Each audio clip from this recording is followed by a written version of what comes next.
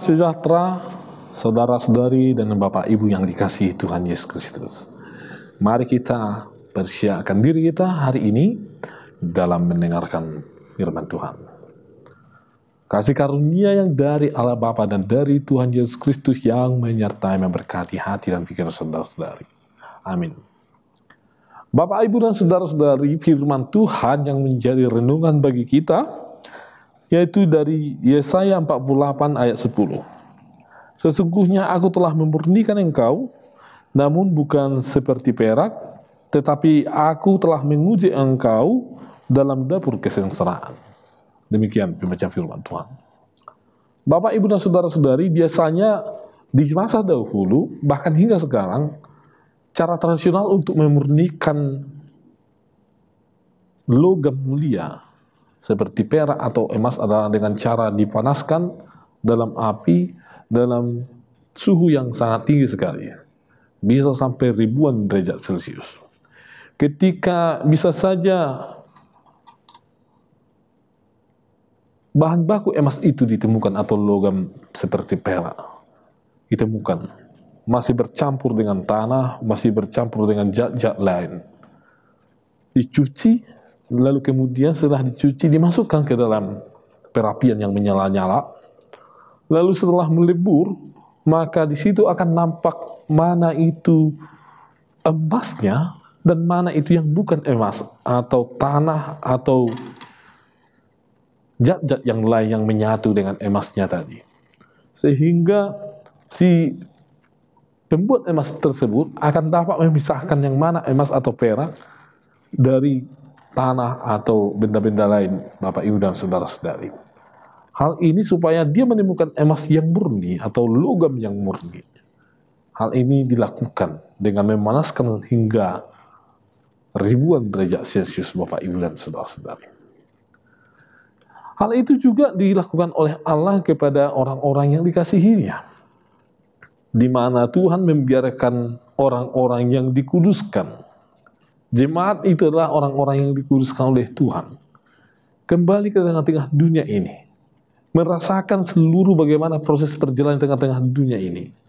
Apakah itu dia merasakan yang sakit, merasakan yang susah, atau merasakan kehidupan yang penuh sukacita, merasakan kehidupan yang berkelimpahan, atau kembali lagi nanti merasakan sesuatu yang menyedihkan tengah-tengah hidupnya.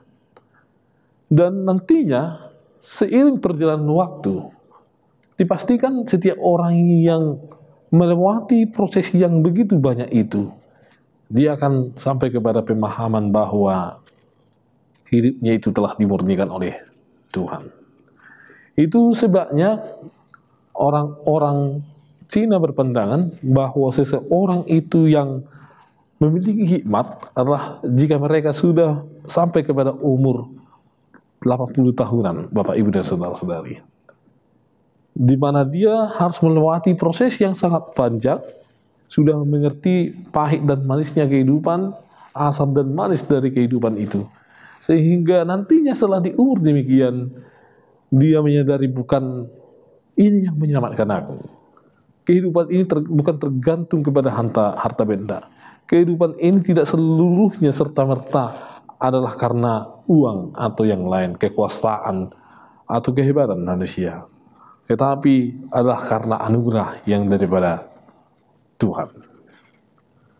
Bapak, Ibu, dan saudara-saudari, mengapa Tuhan harus membiarkan kita mengalami hal itu? Kita harus diuji seperti emas di dalam perapian.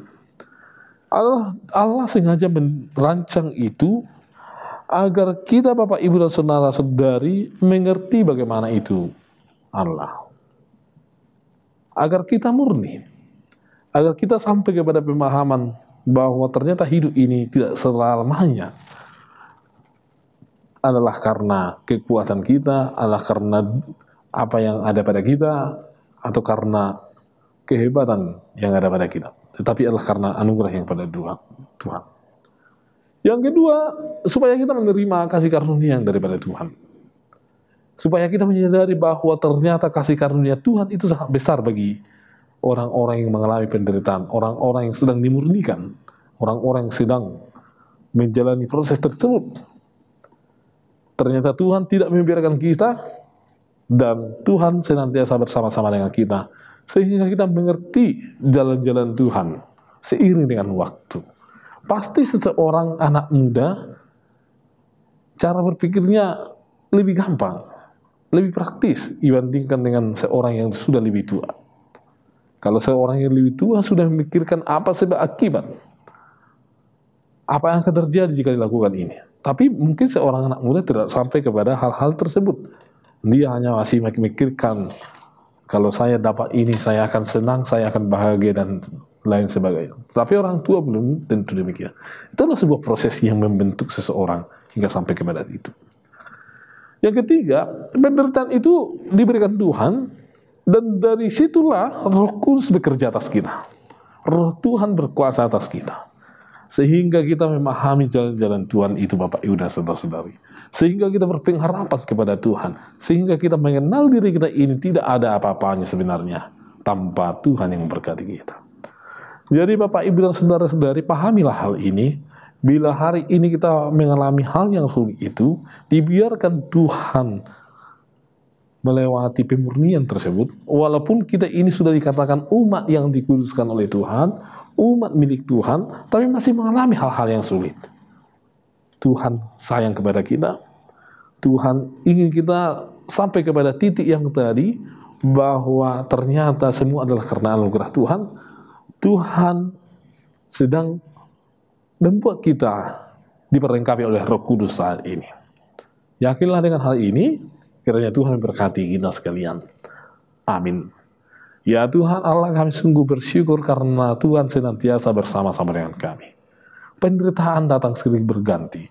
Hal-hal yang sulit bisa saja datang dalam hidup kami. Dan itu dipakai oleh Tuhan agar kami sampai kepada pemahaman bahwa hidup kami ini harus bergantung kepada Tuhan. Bahwa Roh Kudus senantiasa bekerja atas kami.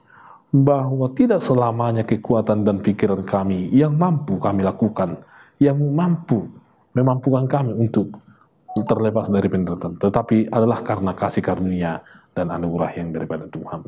Oleh sebab itu ya Tuhan, kuasailah kami bila kami saat ini melewati proses di tengah-tengah dunia ini. Kami percaya bahwa Tuhan senantiasa beserta dengan kami. Amin. Anugerah dari Tuhan Yesus Kristus, kasih setia dari Allah Bapa, dan persekutuan dari Roh Kudus menyertai kamu sekalian. Amin.